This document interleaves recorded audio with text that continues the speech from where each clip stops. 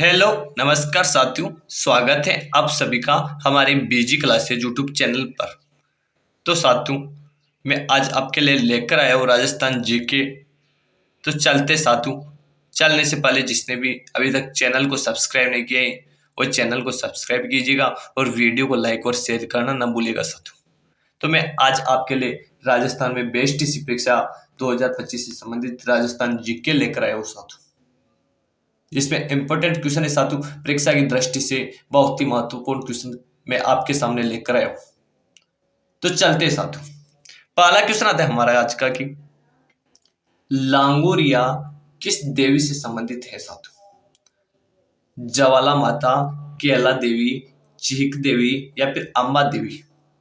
लांगोरिया किस देवी से संबंधित है, इसका राइट आंसर क्या होगा?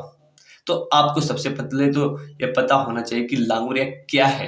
एक गीत है साथियों, जो किस देवी से संबंधित है? केला देवी से संबंधित है साथियों। किससे संबंधित है? केला देवी से, जिनका मंदिर कहाँ पे बना हुआ है? करौली में बना हुआ है साथियों। लांगोरिया क्या है? एक गीत है जो केला देवी से संबंधित है। केला देवी के आराधना में किया जाता है और एक केला देवी का मंदिर कहाँ का प्रसिद्ध है? करौली का प्रसिद्ध है। और कौन सी नदी के किनारे बना हुआ है केला देवी का मंदिर? काली सील नदी के किनारे बना हुआ है साथियों। काली सिंध नहीं, काली सील नदी है। ठीक है, चलते हैं नेक्स्ट क्वेश्चन की ओर। नेक्स्ट क्वेश्चन आता है हमारा साथियों की संपूर्ण भारत का एकमात्र लोक नाट्य जो दिन में प्रदर्शित किया जाता है। गौरी नृत्य, घूमर नृत्य, शिकारी नृत्य या फिर गौरी नृत्य।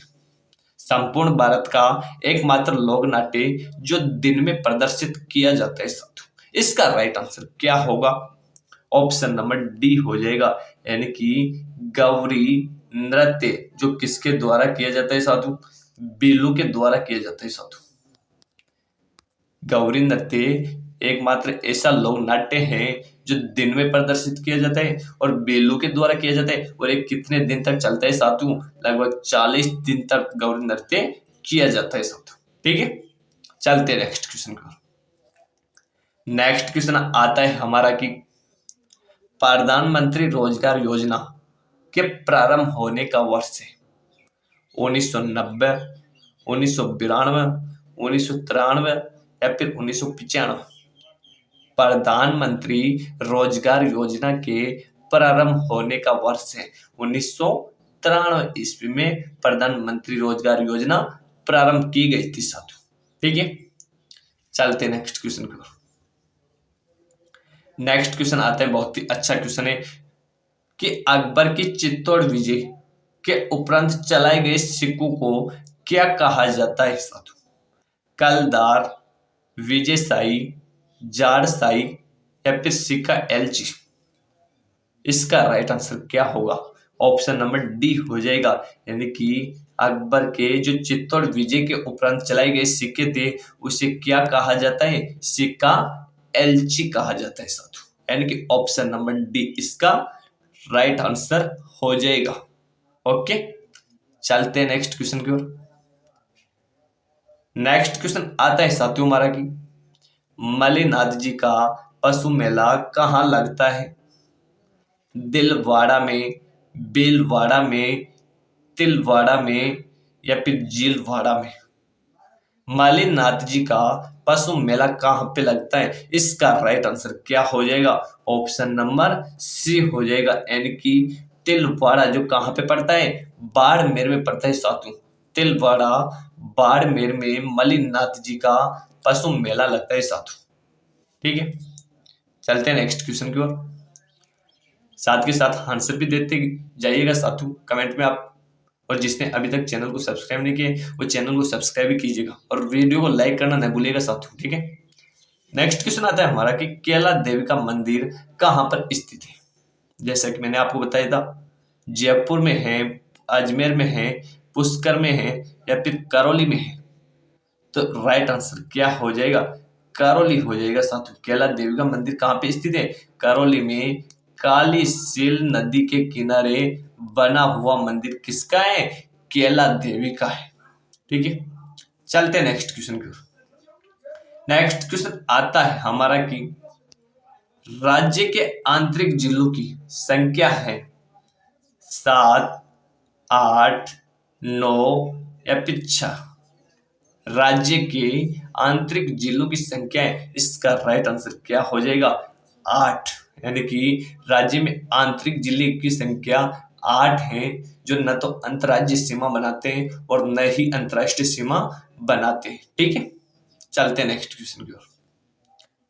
नेक्स्ट क्वेश्चन आता है हमारा कि अनावृष्टि जनित अकाल को राजस्थान में क्या माना जाता है साथियों? हेलो साथियों, इंपॉर्टेंट क्वेश्चन है आपके लिए कि अनावृष्टि जनित अकाल को राजस्थान में क्या माना जाता है? दुर्भिक्ष, छपना, दुष्काल या फिर स्थायी पाहुना।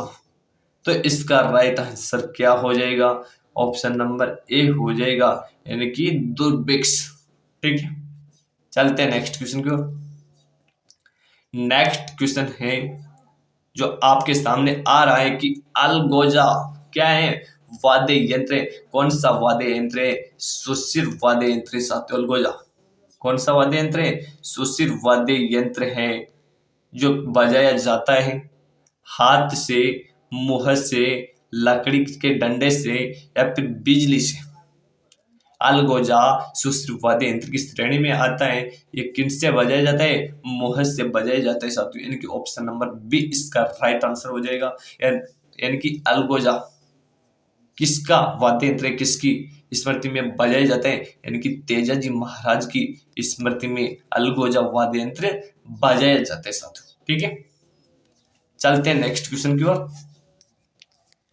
नेक्स्ट क्वेश्चन आता है हमारा कि किस युद्ध के बाद चौहानों का पतन हो गया? तराइन के प्रथम युद्ध के बाद, तराइन के द्वितीय युद्ध के बाद, तराइन के तीसरे युद्ध के बाद या फिर पानीपत के प्रथम युद्ध के बाद। तो इसका राइट आंसर क्या हो जाएगा? ऑप्शन नंबर बी हो जाएगा, यानी कि तराइन के द्वितीय युद्ध के बाद चौहानों का पतन हो गया था साथियों। ऑप्शन नंबर बी इसका राइट आंसर हो जाएगा। ठीक है, चलते हैं नेक्स्ट क्वेश्चन की ओर। नेक्स्ट क्वेश्चन है हमारा कि निम्नलिखित में से कौन सा मेला वर्ष में 2 बार आयोजित होता है? पुष्कर मेला, शीतला मेला, बेनेश्वर मेला या फिर जीण माता मेला। तो इसका राइट आंसर क्या होगा? ऑप्शन नंबर डी हो जाएगा, यानी कि जीण माता का जो मेला है वर्ष में 2 बार आयोजित होता है। जीण माता का जो मंदिर है वो कहाँ पे बना हुआ है? रेवासा गांव में बना हुआ है साथियों, जो कौन से जिले में पड़ता है? सीकर जिले में पड़ता है साथियों। जीण माता का मेला रेवासा सीकर में बढ़ता है साथियों, जो वर्ष में 2 बार बढ़ता है। ठीक है, चलते हैं नेक्स्ट क्वेश्चन की ओर। नेक्स्ट क्वेश्चन आता है हमारा कि राजस्थान राज्य में किस क्रांति को चरसू क्रांति का पर्याय माना जाता है? हरी क्रांति को, पीली क्रांति को, तिलहन क्रांति को या फिर इनमें से कोई नहीं। तो इसका राइट आंसर क्या हो जाएगा? ऑप्शन नंबर बी हो जाएगा, यानी कि पीली क्रांति को राजस्थान में चरसू क्रांति का पर्याय माना जाता है साथियों। ठीक है, चलते हैं नेक्स्ट क्वेश्चन की ओर। नेक्स्ट क्वेश्चन आता है हमारा कि बालातल किस जिले में स्थित है? जयपुर, उदयपुर, बीकानेर या फिर अजमेर। बालातल तो सबसे पहले आप सभी को पता होना चाहिए कि बालातल क्या है? एक सभ्यता स्थल है साथियों। तो ये कहाँ पे स्थित है? ये उदयपुर में स्थित है। बालातल सभ्यता कहाँ पे स्थित है? उदयपुर में स्थित है। ठीक है, चलते हैं नेक्स्ट क्वेश्चन की ओर। नेक्स्ट क्वेश्चन है जो आपके सामने आ रहा है कि राजस्थान में तालाबों द्वारा सर्वाधिक सिंचाई जिस क्षेत्र में होती है वह है। राजस्थान में तालाबों द्वारा सर्वाधिक सिंचाई जिस क्षेत्र में होती है वह क्षेत्र है पूर्वी क्षेत्र, दक्षिणी पूर्वी क्षेत्र, उत्तरी क्षेत्र या फिर पश्चिमी क्षेत्र। तो इसका राइट आंसर क्या होगा कि राजस्थान में तालाबों द्वारा सर्वाधिक सिंचाई जिस क्षेत्र में होती है वह है दक्षिणी यानी कि दक्षिणी पूर्वी क्षेत्र में होती है, यानी कि ऑप्शन नंबर बी इसका राइट आंसर हो जाएगा। और आपसे जिला पूछा जाए कि सर्वाधिक तालाबों से सिंचाई होने वाला जिला कौन सा है, तो वो क्या हो जाएगा, भीलवाड़ा हो जाएगा साथियों, यानी कि भीलवाड़ा में तालाबों से सर्वाधिक सिंचाई होती है साथियों। और एरिया पूछा जाए तो दक्षिण पूर्वी एरिया आ जाएगा, ठीक है, जिला भीलवाड़ा जाएगा। चलते हैं नेक्स्ट क्वेश्चन की ओर। नेक्स्ट क्वेश्चन आता है हमारा कि अकबर ने अपनी 1570 की नागौर यात्रा के समय जोधपुर दुर्ग किसको सुपर्द किया था साथियों? उदय सिंह को, मान सिंह को, राय सिंह को, या फिर सुरजन हाड़ा को? कितनी बार एग्जाम में पूछा गया है साथियों क्वेश्चन, ये मान लो कि इंपॉर्टेंट क्वेश्चन है, मोस्ट इंपॉर्टेंट क्वेश्चन है और छपने वाला है आपके बेस्टिस में, पक्का मेरा दावा है।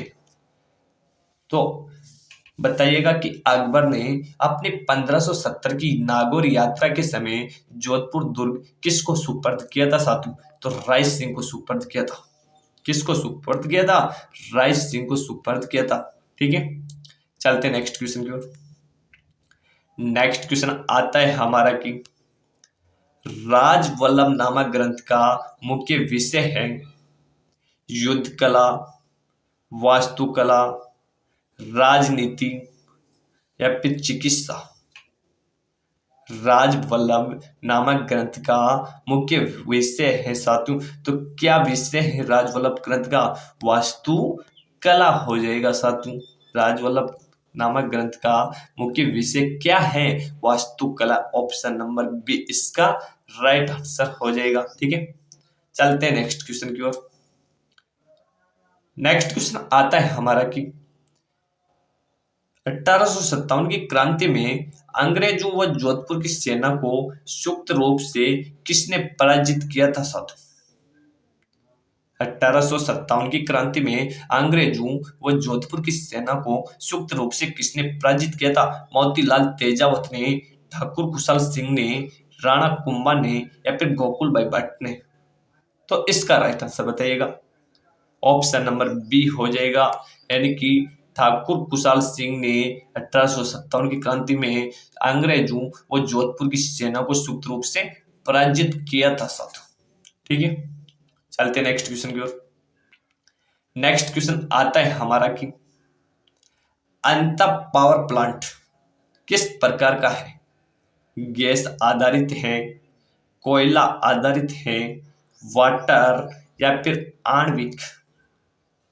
अंतः पावर प्लांट किस प्रकार का है? इसका राइट आंसर क्या हो जाएगा? गैस आधारित हो जाएगा साथियों, ठीक है। चलते नेक्स्ट क्वेश्चन की ओर।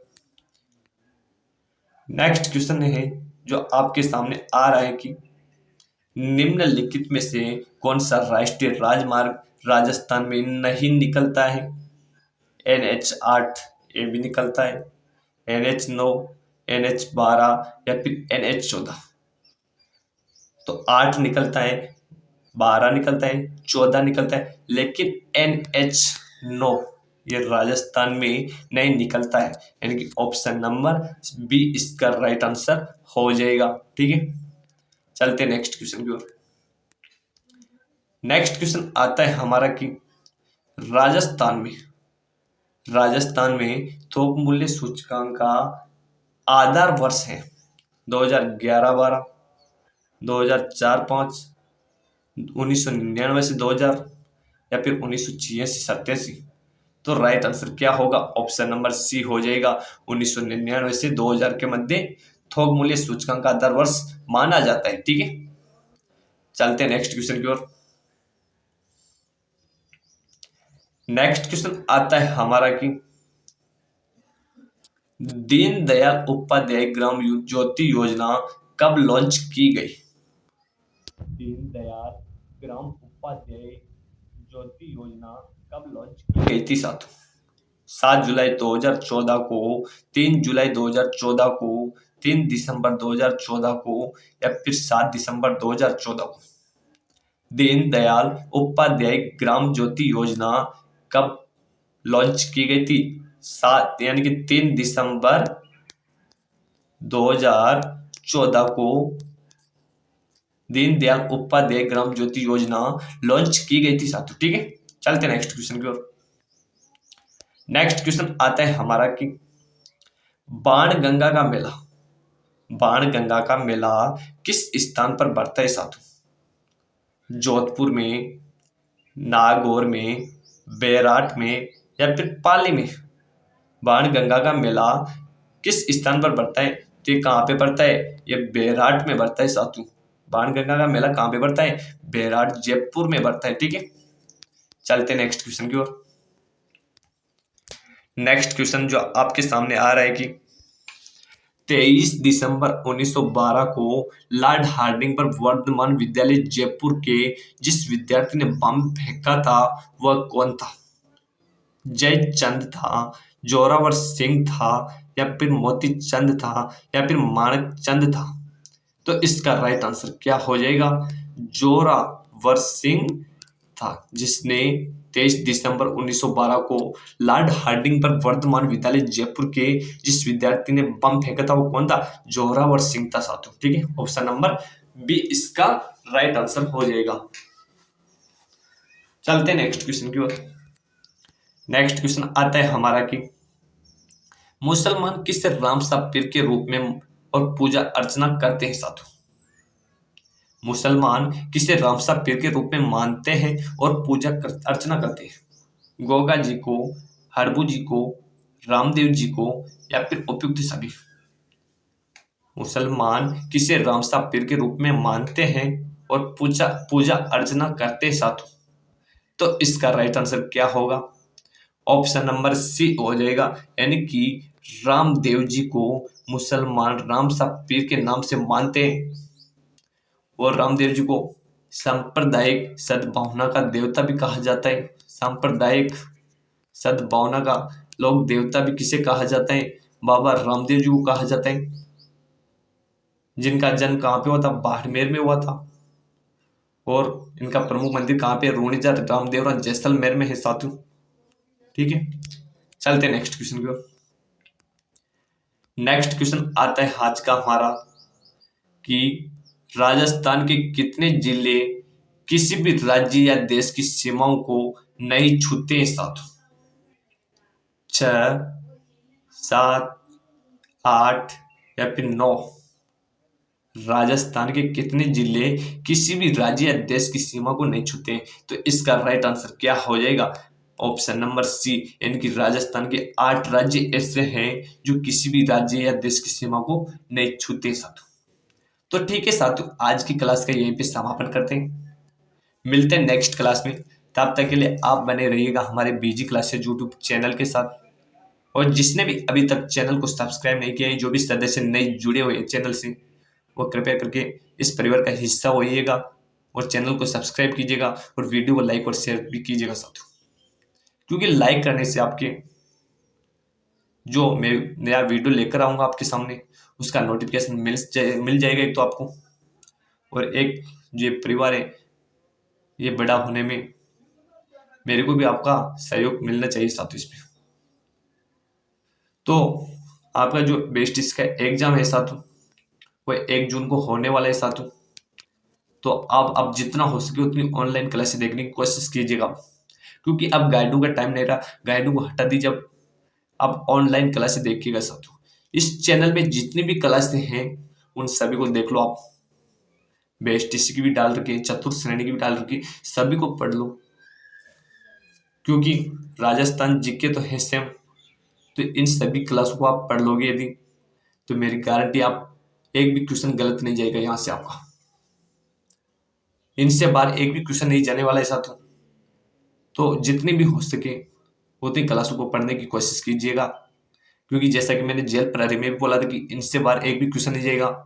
और जिसने इस चैनल से राजस्थान जीके की पढ़ाई की, मेरी गारंटी वो एक भी क्वेश्चन गलत नहीं करके आया होगा जेल प्रहरी की एग्जाम में। तो बेस्ट इसी वालों से मैं निवेदन करता हूँ कि एक भी क्वेश्चन आपका गलत नहीं जाएगा। बस आप इस चैनल में जितनी क्लास है उन सभी को पढ़ने की कोशिश कीजिएगा। ठीक है, तो मिलते हैं नेक्स्ट क्लास में। तब तक के लिए धन्यवाद सभी को।